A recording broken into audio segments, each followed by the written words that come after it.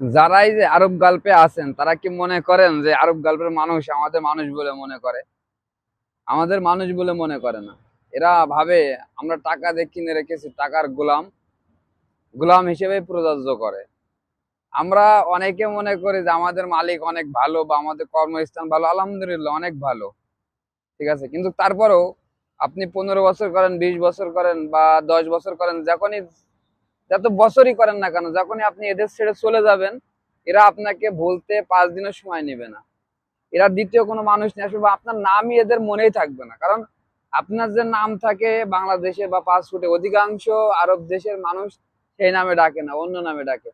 আপনারই যে নাম রেখেছে সেই নামই আবার অন্য মানুষ ওর কর্মক্ষেত্রে আসবে তাকেই বলে ডাকবে, ঠিক আছে। এটা হয়তো অনেকে নারাজ আমার কথা শুনতে, যে এইভাবে বলা উচিত না। একটা কুত্তার যে মূল্য আছে আরব গাল্পে, আমাদের মতন কর্মজীবনে যারা এসেছে তাদের কোনো মূল্য নেই। একটু তো একটু সুযোগ পেলেই আপনাকে এমন ভাবে বলবে যেটা আপনি কখনোই বুঝতে পারবেন না। মনে হবে যে কি রে, আমি এত বছর চাকরি করছি এদের আন্ডারে, তারপর এরা আমাকে এভাবে বললো। কিন্তু এদের ভিতরে মায়া দয়া আছে কিনা উপর আল্লাহ তালা জানে, আর এরা জানে। হ্যাঁ, এদের জন্য এদের মায়া দয়া আছে, বাট যারা কর্ম করে তাদের জন্য এদের ভিতরে কোনো মায়া দয়া নেই। আমি এমনও মানুষ দেখেছি 22 বছর 23 বছর একই ফ্যামিলিতে চাকরি করে হঠাৎ তাকে সফর করানো।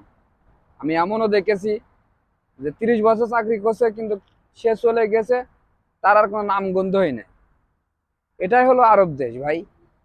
এখানে কর্ম করতে পারলে আপনি ভালো, কর্ম না করতে পারলে আপনি এদের কাছে কিছু না। এজন্য বলি যে এইখানে আসতে হলে ভাই কর্মের জন্য আসতে হবে, বাট কখনো আশা করা যাবে না এদের কাছ থেকে আপনি ভালোবাসা পাবেন বা সম্মান পাবেন বা কিছু। হ্যাঁ, দুনিয়াতে ভালো মানুষ খারাপ মানুষ সব মিলিয়েই আছে। তবে আমি মনে করি এদের ভিতরে বাইরের দেশের জন্য কোনো মায়া নেই, কোনো মায়া নেই। যারা এই আরব গাল্পে আছে তারাই শুধু বলতে পারবে যে আসলে আমি কি মিথ্যা বলছি নাকি সত্য বলছি। হয়তোবা মিথ্যা, হয়তোবা সত্য, কিন্তু আমার দেখা ক্ষেত্রে ভাই আমি এদের ভিতরে কোনো মায়া দেওয়া পাইনি, কোনো মায়া দেওয়া পাইনি। আরব দেশের মানুষের ভিতরে কোনো মায়া দেয় আমি পাইনি। এরা বোঝে কাজ। তুমি যতক্ষণ সুস্থ আছো, যতক্ষণ কর্ম করতে পারবা, ততক্ষণই তোমাকে ভালোবাসবে।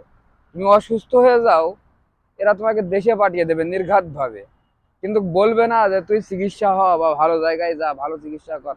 এটা কখনো বলবে না। বা চিকিৎসার জন্য যে কোনো ব্যবস্থা করে দেবে এমন মানুষ খুব কম। হয়তো 100 জনের ভিতরে 2 জন থেকে 3 জন পাওয়া যায় যে তার এখানে কর্ম করছে, চিকিৎসার জন্য একটু ব্যবস্থা করে দিই। খুবই কম। যখন অতিরিক্ত মাত্রা অসুস্থ হয়ে যাবে তখন একবারে দেশে সফর, কোনো কথা নেই। কারণ ওই যে গাধার বলদ, গাধা যতদিন খাটতে পারে মালিকের কাছে দাম থাকে, গাধা যতদিন খাটতে পারবে না তখন গাধাকে বিক্রি করে দেওয়া হয়। এদেশের অবস্থায় তেমন। তো সবাই ভালো থাকবেন, সুস্থ থাকবেন এবং প্রত্যেকটা প্রবাসী ভাইয়ের জন্য অবশ্যই দোয়া করবেন। আল্লাহ হাফেজ।